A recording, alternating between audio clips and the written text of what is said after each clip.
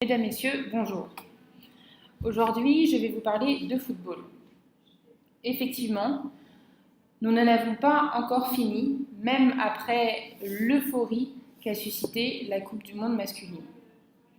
Vous n'êtes pas sans ignorer que la France a remporté cette compétition, comme les Français l'ont amplement exprimé des mois après la victoire. Tout d'un coup, l'équipe de France est devenue l'équipe nationale, les joueurs sont devenus des célébrités. Par exemple, vous avez pu voir le visage de Kylian Mbappé dans tous les couloirs de métro. Mais rassurez-vous, je ne vais pas vous assommer avec des termes techniques ni analyser un match. En effet, je n'y connais absolument rien.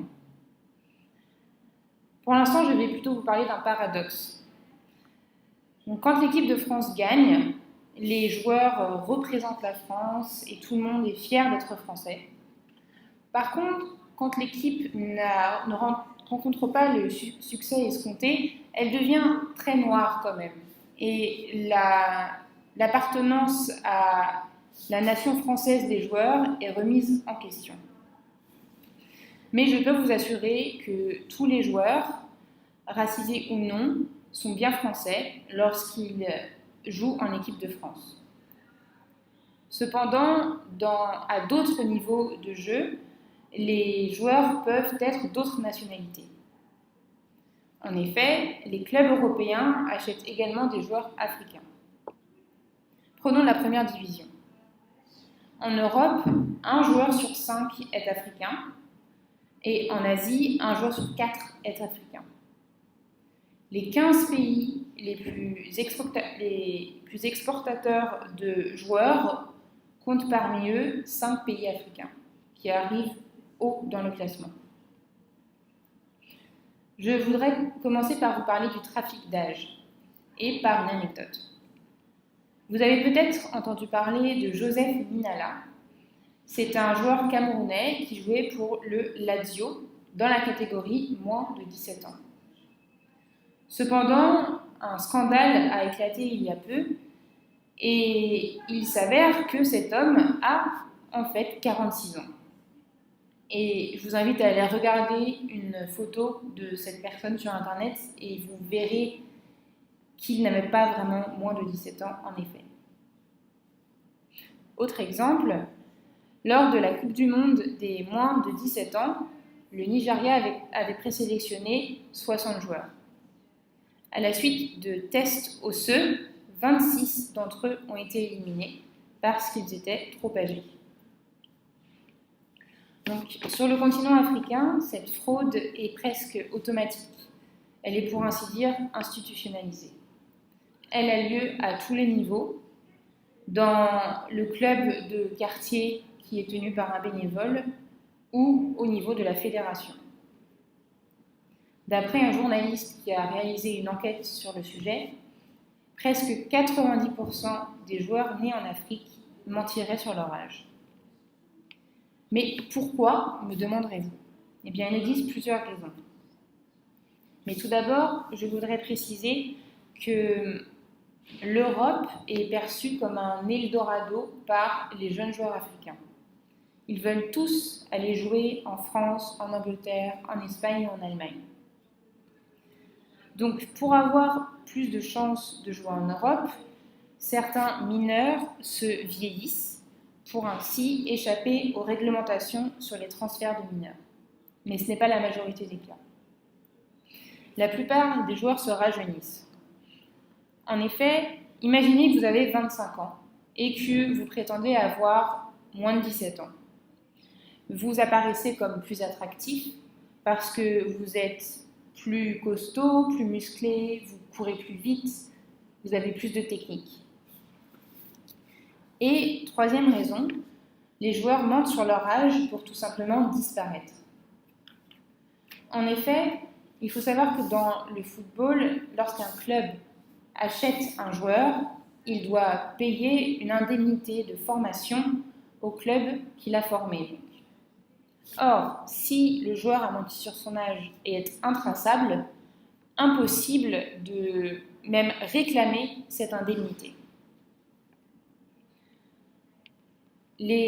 Cette pratique est également répandue parce que quand un joueur arrive à maturité, autrement dit qu'il devient trop vieux pour jouer, qu'il ne court plus aussi vite, il est vendu à des clubs chinois ou russes ou encore hongrois. Ces clubs ne sont pas au courant que leur joueur a menti sur son âge et imaginent qu'il a encore une carrière devant lui. Et j'ai déjà mentionné que ce trafic était un secret de Polichinelle et que tout le monde était au courant. Donc, mais pourquoi est-ce que la situation continue de la sorte ? Tout d'abord, en Afrique, les administrations sont corrompues, donc il est plus facile de frauder. En outre, les fédérations n'ont pas assez de ressources et de moyens pour vérifier l'âge de leurs joueurs. Le journaliste qui a enquêté se souvient d'avoir rencontré un des patrons d'une fédération dans son bureau.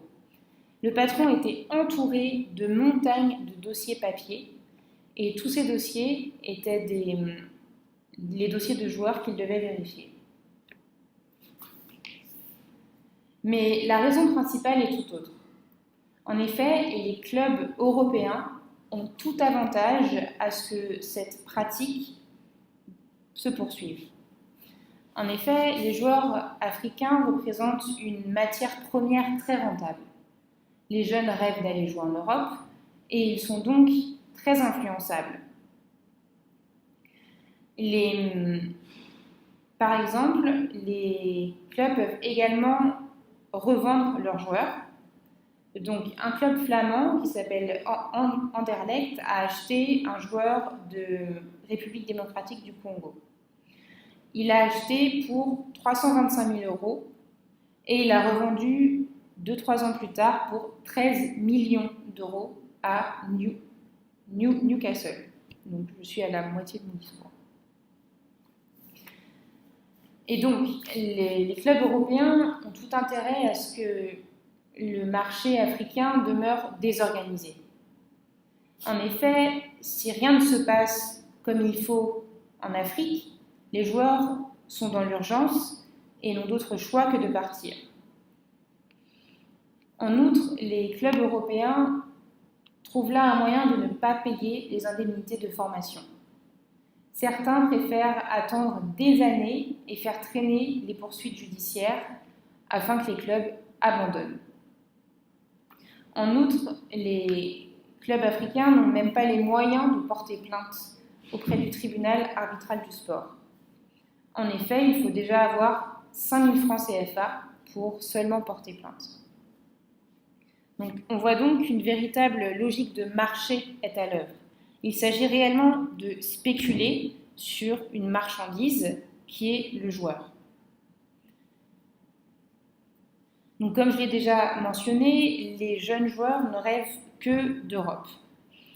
Cette naïveté et cette vulnérabilité sont exploitées par des soi-disant agents en Afrique.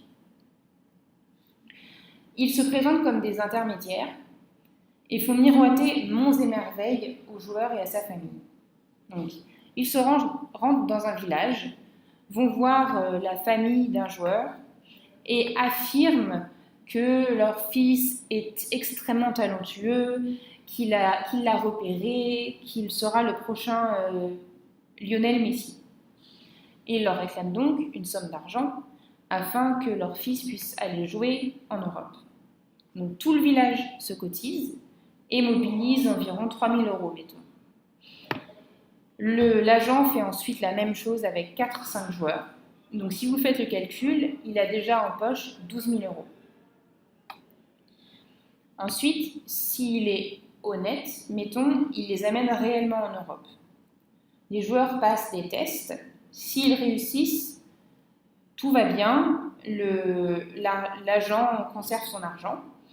Mais si le test rate, ce qui est très courant, l'agent disparaît dans la nature et abandonne les joueurs sur place. Je rappelle qu'il s'agit de joueurs très jeunes, 14-15 ans, qu'ils ne parlent souvent pas la langue du pays et qu'ils n'ont même pas de papier en règle.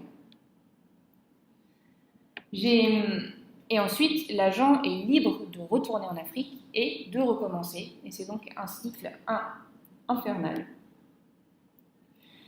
J'ai trouvé l'exemple d'un agent espagnol à Madrid qui parque 10 Maliens dans 15 mètres carrés. Il leur fait signer des petits contrats de 600 € par mois. Et donc, lui, il a déjà 6 000 € en tout. Sauf que les joueurs n'ont pas de papier, ils n'ont pas d'argent et qu'ils doivent demander cet argent à l'agent pour pouvoir vivre. Et ils contractent donc des dettes. Mais ce scénario est déjà assez enviable. En effet, quand les joueurs ne sont pas bons, l'agent les abandonne tout simplement à mi-parcours. Donc, de nombreux joueurs se retrouvent lâchés dans la nature en Afrique du Nord, par exemple, en Égypte. Je rappelle qu'ils n'ont toujours pas de papier et que leur famille s'est endettée, parfois sur 2 générations, et qu'ils ne peuvent donc pas les faire revenir. En outre, certains des joueurs ne veulent pas admettre leur situation et n'en parlent tout simplement pas à leur famille par honte. Ces joueurs deviennent donc plus des migrants que des footballeurs. Ils sont récupérés par des réseaux criminels, ils sont forcés de se prostituer et de commettre des crimes. Donc 70% des footballeurs africains sont en situation d'échec une fois qu'ils sont arrivés en Europe. Donc vous voyez bien que leur situation n'est pas enviable. La misère dans laquelle ces joueurs vivent est une conséquence de la traite. Mais il est très difficile de trouver une solution à ce problème. En effet, tout cela forme un cercle vicieux.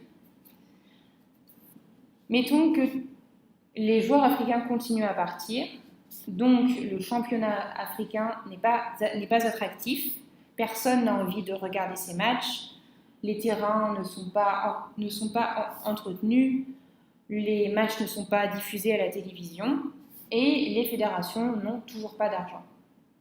Donc c'est un cycle infernal que les clubs européens qui en profitent le plus ne sont pas prêts de vouloir briser. Merci.